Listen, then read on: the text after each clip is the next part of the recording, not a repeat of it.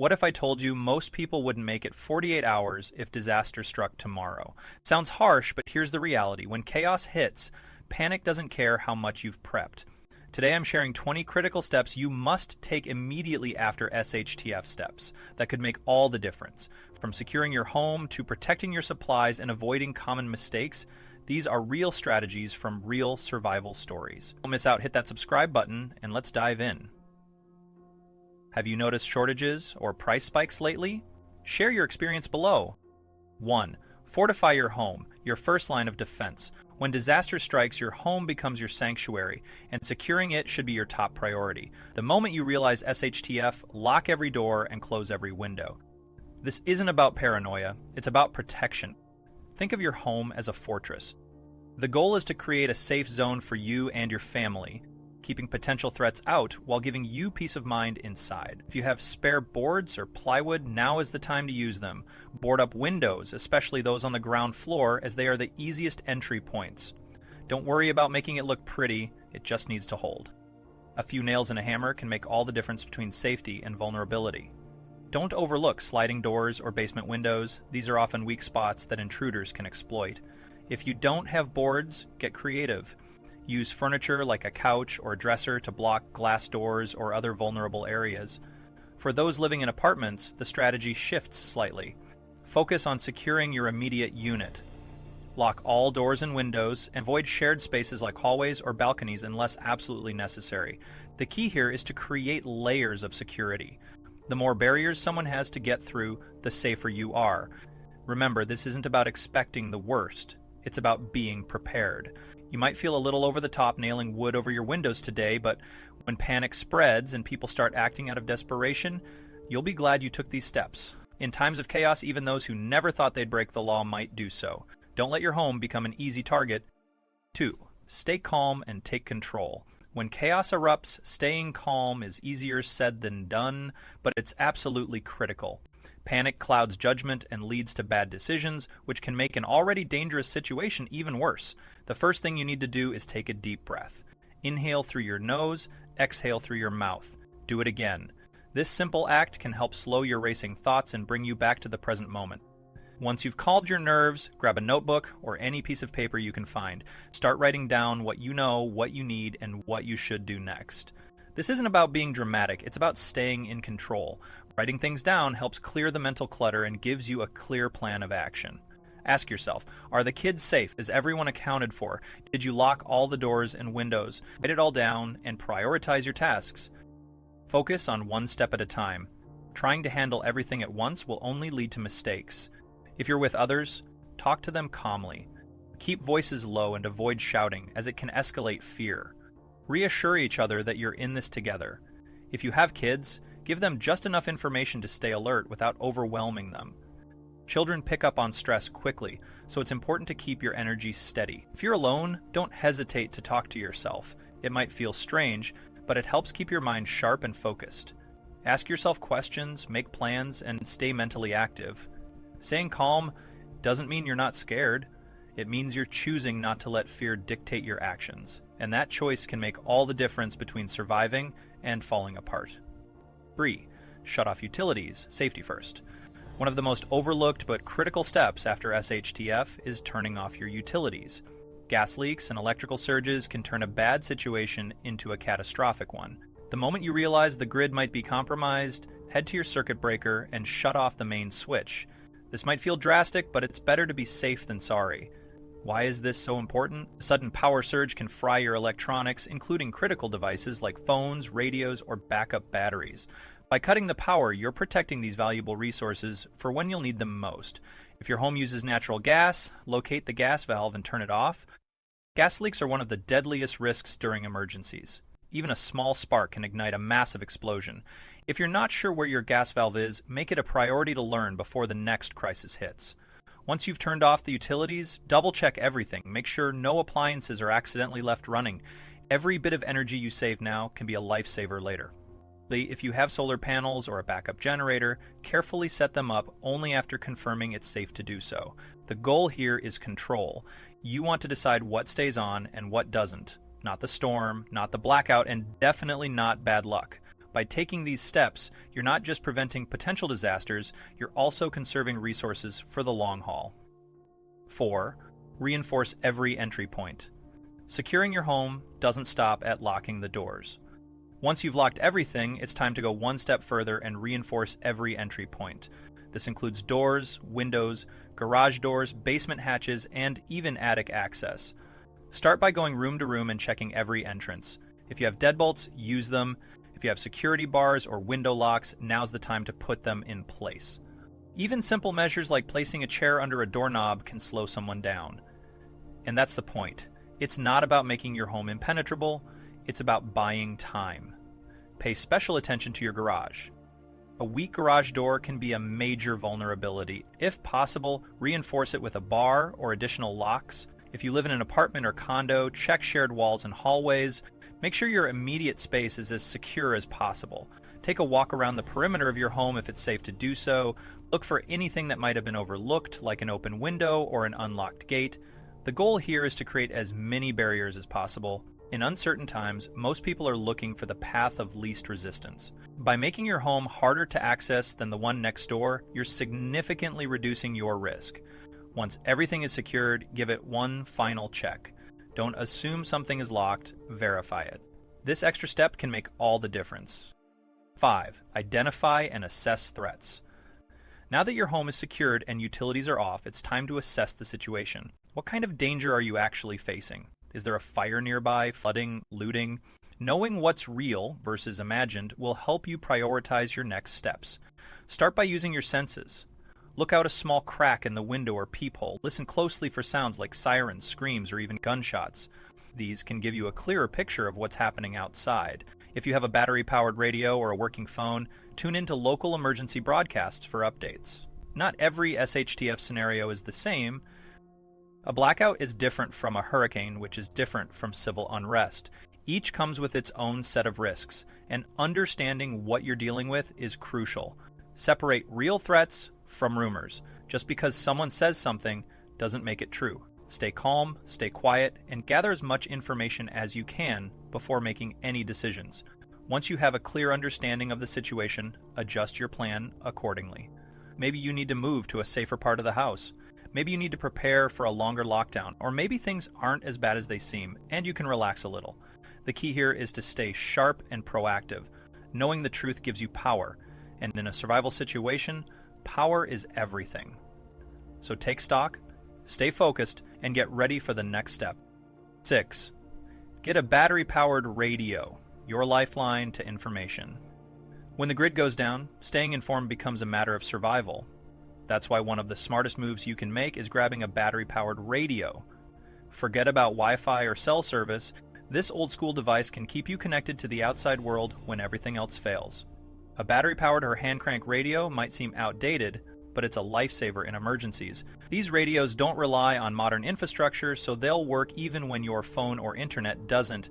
Make sure you have extra batteries or a hand-crank model to keep it running. Once you've got it powered up, tune in to local emergency broadcasts. Channels like FEMA, NOAA, and local police frequencies provide real-time updates on what's happening, where to go, and what to avoid. Don't waste time flipping through stations. Stick to official channels that deliver verified information. Entertainment or music stations won't help. They'll either go silent or spread unverified rumors that can cause unnecessary panic. Keep the volume low to conserve battery life and avoid drawing attention to your location. If you have kids, explain the importance of the radio. Let them know it's not a toy but a tool to keep everyone safe. Teach them how to use it in case you're not around. A radio might not seem like much, but in a crisis, it's your direct line to life-saving information. 7. Use your phone wisely. Maximize its lifespan. Your phone is one of your most powerful tools during an emergency, but only if you use it strategically. The key is to conserve its battery and make every action count. Start by resisting the urge to make calls. Phone networks are often overloaded during disasters, and calls drain your battery quickly. Instead, send text messages. Texting uses less power and is more likely to go through when networks are jammed. If you have a portable charger or power bank, don't use it right away. Save it for when your phone is critically low. Every bit of charge matters, so be mindful of how you use it. Another smart move is to download offline maps while you still have internet access. Apps like Google Maps allow you to save areas for offline navigation, which can be a lifesaver if you need to move around without Wi-Fi or data. Turn on airplane mode when you're not actively using your phone. This simple trick prevents your phone from wasting energy searching for a signal in a dead zone. And here's a pro tip: keep your phone warm. Cold temperatures can drain your battery faster than you'd expect. Store it in an inside pocket close to your body to help it retain its charge. Your phone is more than just a communication device, it's a flashlight, a map, and a source of critical information. Use it wisely, and it could be the tool that keeps you connected and safe. 8. Account for loved ones. Safety in numbers. In the chaos of an emergency, one of your first priorities should be ensuring everyone in your household is safe and accounted for. If you're all together, do a quick head count and make sure everyone is calm. But if someone is missing, it's time to put your plan into action. This is where preparation pays off. Before disaster strikes, every household should establish 2 meeting points, one close to home, like the front yard or driveway, and another farther away, such as a park, gas station, or relative's house. These predetermined spots give everyone a clear idea of where to go if you get separated. If someone isn't home when SHTF, don't rush out to find them immediately. Use your phone to text them first. Texting is faster, uses less battery, and is more likely to go through than a call. If they respond, gather details about their location and situation. Only consider sending one person to look for them if it's absolutely safe to do so. Never leave your home unprotected, and don't risk the entire group by venturing out unnecessarily. For families with kids, keep the explanation simple. Let them know where to go and what to do if they get separated. Teach them to memorize one important phone number and the family meeting spots. If you live alone, establish a check-in system with a trusted friend or relative. The goal is to stay connected and ensure everyone's safety without adding unnecessary risks. A little planning now can save a lot of stress later. 9. Filter the noise. Stick to reliable news sources. In a crisis, staying informed is crucial, but not all news is created equal. Some outlets thrive on sensationalism, and consuming too much of it can lead to unnecessary panic. That's why it's important to filter the noise and stick to reliable sources of information. When you're sweating the snappiness, you'll likely see dramatic headlines and panic-inducing posts flooding your phone or radio. Remember, fear sells. Ratings go up when people are scared, so don't let sensationalism dictate your actions. Instead, focus on official channels like FEMA, NOAA, and local emergency broadcasts. These sources provide accurate, actionable information without the hype. If you still have internet access, avoid random blogs or social media rumors. Stick to verified accounts from government agencies or local authorities. These are the most reliable sources for real-time updates. If you're using a battery-powered radio, tune in to emergency frequencies and avoid entertainment or music stations. Set boundaries for how much news you consume. Constant updates can overwhelm you and make the situation feel worse than it is. Instead of scrolling endlessly, set a timer, 5 minutes every few hours, to check for critical updates. This approach keeps you informed without letting the news control your emotions. Staying informed is smart, but letting fear-based content take over your mindset is not.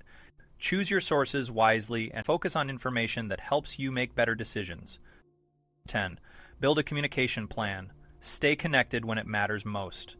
When the usual ways of staying in touch fail, a solid communication plan becomes essential. Imagine the power's out, phones are dead, and you can't just text or call someone to check in. That's why you need a plan in place before disaster strikes. Start by ensuring everyone in your household knows how to reach each other if you get separated. Do you have a group chat, a backup contact person outside the area? Apps like WhatsApp or Telegram can be useful, but don't rely solely on them. Think beyond your immediate family. If you're close with your neighbors, establish a simple check-in system. Something as basic as a specific color towel in the window or a mark on the door can signal that you're okay. Write everything down. Include phone numbers, meeting points, and even radio frequencies if you're using them. Keep copies in your emergency bag, glove box, and on your phone, saved offline, of course. For families with kids, teach them how to send a text, memorize one important phone number, and understand the family meeting spots. If you live alone, pick a trusted friend or relative to check in with regularly. Once things settle down, avoid oversharing online, but make sure someone knows your status. This isn't about expecting the worst. It's about being prepared for the unexpected. A well-thought-out communication plan can make all the difference when normal systems fail. 11. Take stock of your supplies. Know what you're working with. Once your home is secure and your family is accounted for, it's time to take inventory of everything you have. This step is crucial because knowing what you're working with will help you plan and prioritize in the days ahead. Start with the basics: food and water. Open every cabinet, check every shelf, and don't forget to look behind items that might be hiding forgotten supplies. You might discover a bag of rice you didn't know you had, a can of beans tucked away, or even a box of pasta you thought was long gone. Next, move to your fridge and freezer. Take note of all the fresh food you have: eggs, milk, meat, vegetables. These items won't last long without power, so make a mental note of what needs to be used first.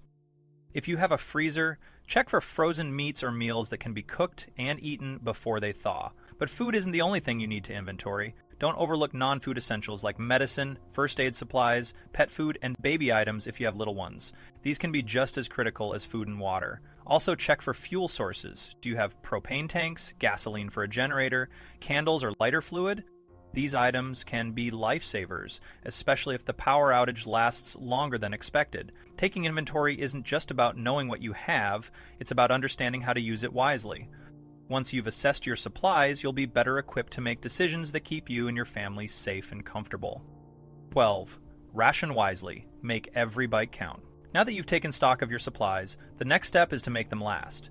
It's tempting to indulge in comfort food when things go sideways, but eating through your stash too quickly can leave you in a dire situation later. Rationing is about discipline and planning, and it starts with dividing your supplies into daily portions. Don't just eyeball it, actually plan out how much food and water you'll need each day. For example, if you have 5 cans of soup, figure out how to stretch them over several days. The same goes for water. You'll need at least 1 gallon per person per day for drinking and cooking. If your water supply is limited, start cutting back immediately. Sip, don't chug, and use water sparingly when cooking.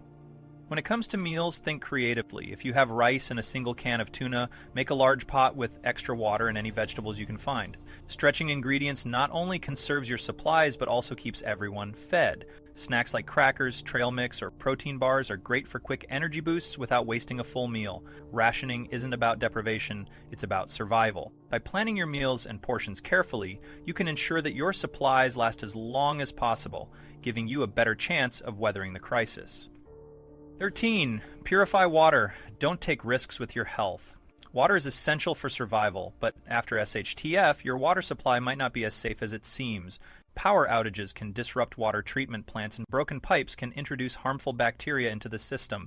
That's why it's critical to purify any water you're unsure about before drinking it. The simplest method is boiling. Bring the water to a rolling boil for at least 1 minute, or 3 minutes if you're at high altitude. This kills most bacteria, viruses, and parasites, making the water safe to drink. If you don't have a way to boil water, purification tablets are a great alternative. These small, inexpensive tablets are easy to store and can treat water quickly. Just follow the instructions and wait the recommended time before drinking. Another option is using unscented bleach. Add 2 drops per quart of water, stir, and let it sit for 30 minutes. While it won't taste great, it will make the water safe to drink. And don't forget to save clean containers for storing treated water. Old juice bottles, cleaned out pasta sauce jars, or even empty soda bottles can be repurposed for this. Purifying water might feel like an extra step, but it's one you can't afford to skip. Dehydration is dangerous, but drinking contaminated water can be even worse. Take the time to ensure your water is safe. It's a small effort that can make a big difference. 14. Prioritize fresh food. Use it before it spoils. When the power goes out, your fresh food is on borrowed time. Items like eggs, milk, meat, and vegetables won't last long without refrigeration, so it's important to use them first. Think of fresh food as your use now category, while canned and dry goods are your use later supplies. Start by planning meals that use up perishable items. For example, if you have eggs, milk, and vegetables, make an omelet or a stir fry. If you have fresh meat, cook it immediately, and consider making a large pot of stew or soup that can feed everyone for a day or two. Stretch your ingredients by combining them with rice, pasta, or other staples. This is also a good time to practice smart pantry management. Rotate your stock regularly, using older items first and replacing them with new ones. This ensures that nothing goes to waste and that you always know what you have on hand. Cooking fresh food first isn't just about preventing waste, it's about maximizing your resources. By using perishable items early, you can make the most of what you have and save your long-lasting supplies for when you really need them. 15. Protect your pantry. Keep your food safe. Your pantry is your lifeline during a crisis, so it's essential to protect it from pests, moisture, and spoilage. Start by transferring all dry goods like rice, beans, oats, pasta, and cereal into airtight containers. Plastic bags and cardboard boxes are easy targets for bugs and rodents, so upgrading your storage is a must. If you don't have proper food storage bins, get creative. Cleaned out peanut butter jars, yogurt containers, or even empty Pringles cans can work in a pinch. If you're already using Mylar bags with oxygen absorbers, you're ahead of the game. But if not, focus on keeping your food in a cool, dark, and dry place. Moisture is your enemy, as it can lead to mold, spoilage, and infestations. Regularly check your pantry for signs of pests or damage. If you spot any issues, address them immediately to prevent further loss. And remember, your pantry isn't just about food. Store other essentials like candles, matches, and batteries in the same area so you always know where to find them. Protecting your pantry might not seem like a big deal, but in a survival situation, every grain of rice and every can of beans count. Treat your supplies like the valuable resources they are, and they'll serve you well when you need them most. 16. Build community. Check on neighbors and strengthen bonds. Once you've secured your home and taken care of your immediate needs, it's time to think beyond your walls. Survival isn't just about going it alone, it's about building a network. A strong community can make all the difference in a crisis, so take a moment to check on your neighbors, especially those who might be more vulnerable, like the elderly, disabled, or anyone living alone. A quick knock on the door or a phone call, if service is still available, can go a long way. You don't need to overextend yourself, but offering a little help, like sharing information, a bottle of water, or even just a flashlight, can build trust and goodwill, and trust is a valuable currency in tough times. Think about it. Your neighbor might have something you don't, like a generator, medical supplies, or even gardening skills. By working together, you can pool resources, share knowledge, and watch each other's backs. Plus, having allies nearby can provide an added layer of security. Of course, use common sense. Don't put yourself in danger, and don't give away too much about your own supplies or plans. But if you can spare a little, it could mean the world to someone else. In a crisis, relationships matter. A strong community isn't just a nice-to-have, it's a survival tool. 17. Avoid high-risk areas. Stay away from crowds. When disaster strikes, it's human nature to flock to places like grocery stores, gas stations, and banks. But here's the harsh truth. These locations can quickly turn into chaos zones. Crowds bring panic, and panic brings danger. Your best bet? Stay away. Think about it. As soon as people realize the situation is serious, they'll rush to stock up on supplies, withdraw cash, or fill their gas tanks. But these places can only handle so much demand before things spiral out of control. Shelves empty in hours, gas pumps run dry, and tensions rise. What starts as a line for bread can escalate into a fight for survival. If you absolutely must venture out, have a plan. Know exactly what you need, where to get it, and how to get in and out quickly. Wear plain clothes to avoid drawing attention, and don't carry anything flashy or valuable. Always have an exit route in mind, and avoid large groups of strangers. Even peaceful crowds can turn dangerous in an instant. Your home is your safest place. By staying low-key and avoiding unnecessary risks, you're giving yourself the best chance to stay safe. Remember, survival is about smart decisions, and sometimes the smartest decision is to stay put. 18. Keep quiet about your supplies. Protect what's yours. In a crisis, information is power, and oversharing can make you a target. If you've got a well-stocked pantry, a backup generator, or a solid survival plan, keep it to yourself. The fewer people who know about your resources, the better. It might be tempting to post on social media about how prepared you are, or to casually mention your stash to a neighbor, but think about the ripple effect. A single comment about having extra food, water, or fuel can spread quickly, reaching people you don't even know. And when desperation sets in, those people might come knocking, not to borrow sugar, but to take what they need by any means necessary. Even casual conversations can be risky. A joke about your doomsday bunker or a comment about your generator can plant seeds in someone's mind. Instead, focus on being helpful without revealing too much. Share information, lend a hand, but keep the details of your supplies private. Survival isn't just about what you have, it's about how you protect it. By keeping your cards close to your chest, you're not just safeguarding your resources, you're safeguarding your family's safety. 19. Don't forget your pets. Plan for their survival too. Your pets are part of your family, and they rely on you completely during a crisis. Just like you've prepared for your own needs, you need to plan for theirs. Start with the basics, food and water. Do you have enough pet food to last a few weeks? If not, make it a priority to stock up. And remember, if the tap water isn't safe for you, it's not safe for them either. Make sure they're drinking from the same purified supply you're using. If your pet requires medication, ensure you have enough on hand to last through the emergency. Keep leashes, carriers, and crates easily accessible in case you need to evacuate quickly. The last thing you want is to waste precious time searching for these items when every second counts. Pets can also get stressed during emergencies. Loud noises, sudden changes, and the tension in the air can affect them just as much as it affects you. Create a safe, quiet space for them to retreat to, and keep their favorite toys or blankets nearby for comfort. And don't forget about their identification. Make sure your pet's tags are up to date, and consider having a printed copy of their vet records handy. In a worst-case scenario, this information can be invaluable if you need to seek emergency care for them. Your pets depend on you, and planning for their needs is just as important as planning for your own. In a crisis, they're not just animals, they're family. 20. Think beyond the first 48 hours. Plan for the long haul. Surviving the first 48 hours of a crisis is a major accomplishment. But what happens when the emergency stretches into days, weeks, or even months? That's when you need to shift from survival mode to sustainability mode. Start by thinking about food. If you have the space, consider planting a small garden. Fast-growing vegetables like lettuce, radishes, and herbs can provide fresh food in just a few weeks. Even if you don't have a yard, a few pots on a balcony or windowsill can make a difference. Next, think about energy. Solar lights, hand-crank chargers, and other renewable energy sources might seem like luxuries, but they can become essential over time. A solar-powered light can keep your home illuminated at night, and a hand-crank charger can keep your phone or radio running when batteries run out. Skills are another critical component of long-term survival. Can you repair things, cook from scratch, trade, or barter? In a prolonged crisis, these skills can be more valuable than money. Knowing how to fix a broken tool, bake bread, or offer medical assistance can make you an indispensable part of your community. Finally, start rotating your supplies again once things stabilize. Use what you've consumed, replace what you can, and keep learning from the experience. Every crisis teaches you something new, and the more you adapt, the better prepared you'll be for the next one. Survival isn't just about reacting to the moment, it's about planning for the future. By thinking long term, you're not just surviving, you're thriving.